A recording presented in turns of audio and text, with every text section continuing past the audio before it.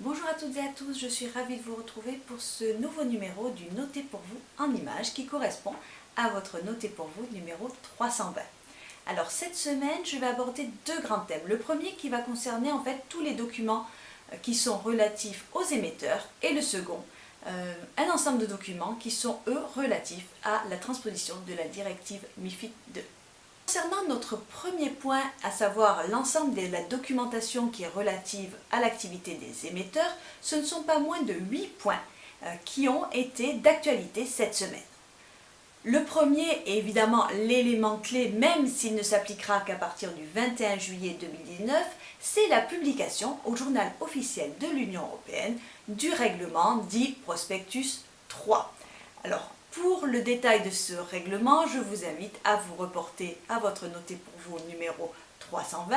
puisqu'il y a beaucoup de dispositions qui ont été modifiées, mais vous verrez, les plus importantes concernent notamment, évidemment, les nouveaux documents d'information clés et surtout la limitation, évidemment, des facteurs de risque. Le deuxième point va concerner le coussin de fonds propres contracycliques, puisque la décision du Haut Comité de stabilité financière est tombée cette semaine, mais qu'elle maintient un coussin de fonds propres contracycliques pour la France égal à 0%.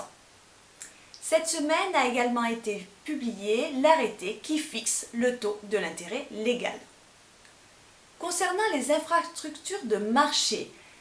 Euronext a publié une modification de ses règles des marchés concernant les obligations de transparence pré-négociation. Je vous invite donc à regarder ces règles puisqu'elles vont modifier l'ensemble des obligations des émetteurs qui sont cotés sur ce marché réglementé. Mais Alternext, qui s'appelle désormais Euronext Growth, a également modifié ses règles, mais cette fois concernant les listing sponsors. Il est à noter pour certaines personnes au sein des émetteurs, et que cela pourrait intéresser, que la Haute Autorité pour la transparence de la vie publique a publié cette semaine des guidelines pour justement cette déclaration au répertoire numérique qui va être obligatoire pour toute personne qui rentre en contact plus de 10 fois dans les 12 derniers mois avec, notamment pour nos sujets, la CPR ou l'AMF. Pour les émetteurs de titres de créance, il est à noter que la commission Econ du Parlement européen a publié un rapport concernant les obligations garanties, plus connues sous leur terme anglais de covered bonds, pour demander que soit mis en place un régime harmonisé pour ce type de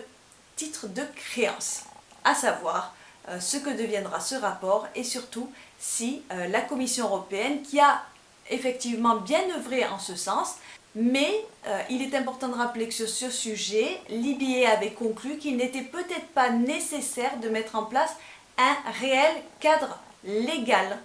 harmonisé. À voir ce qu'il va devenir du sujet des covered bonds. Autre élément important pour les émetteurs de titres de créance, c'est le rapport de la commission Econ à nouveau, mais cette fois sur la proposition de modification de la directive sur la résolution bancaire, la fameuse BRRD, concernant la mise en place d'un nouveau titre de créance qui serait ces titres senior junior. Donc on a désormais la position de la commission Econ et donc le plus souvent, sauf exception, la position du Parlement européen sur cette proposition de la Commission européenne. À noter qu'elle se rapproche heureusement très fortement de celle du Conseil de l'Union européenne, ce qui augure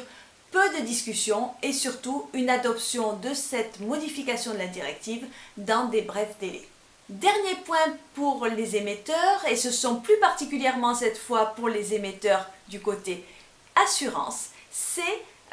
l'opinion de l'EIOPA qui a été publiée cette semaine et qui est en faveur d'un régime harmonisé pour la résolution des assureurs et des réassureurs. Alors c'est un sujet qui existe depuis la chute de Lehman Brothers, qui existe depuis les travaux sur la BRRD, mais en raison de la résilience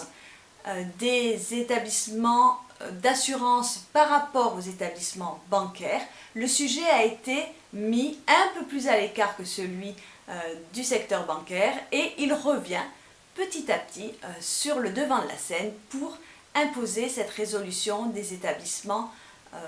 d'assurance. Alors, de notre côté, du côté français, on attend l'ordonnance qui doit être publiée avant le 10 décembre 2017 sur la mise en place d'un encadrement juridique spécifique de la résolution des établissements d'assurance en France. Le deuxième grand point que je souhaitais aborder avec vous aujourd'hui concerne la MiFID II.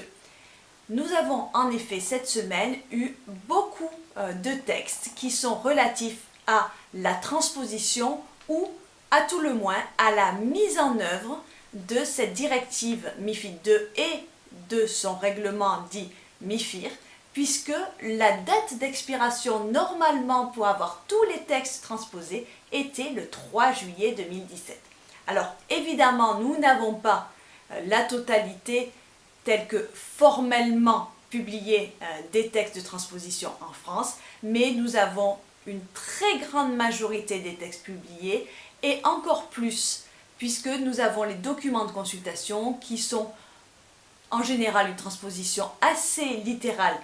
des directives, donc des textes sur lesquels on peut se reposer de manière assez fiable. Sur le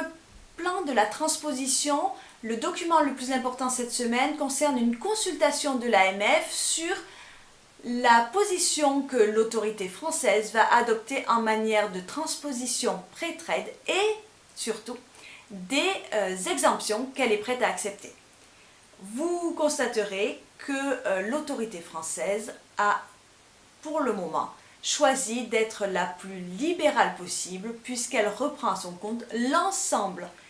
des dérogations qui sont autorisées par le paquet MIF 2. Sur le plan de la mise en œuvre de la directive MIF 2 et du MIFIR, j'attire votre attention sur les nombreux travaux de l'ESMA cette semaine pour faciliter le travail des acteurs de marché en vue de leur passage dans le nouveau cycle et dans la nouvelle ère MIF 2. Voilà pour les quelques informations que je souhaitais partager avec vous cette semaine. Je vous souhaite de passer un excellent week-end et je vous retrouve avec grand plaisir la semaine prochaine. Au revoir!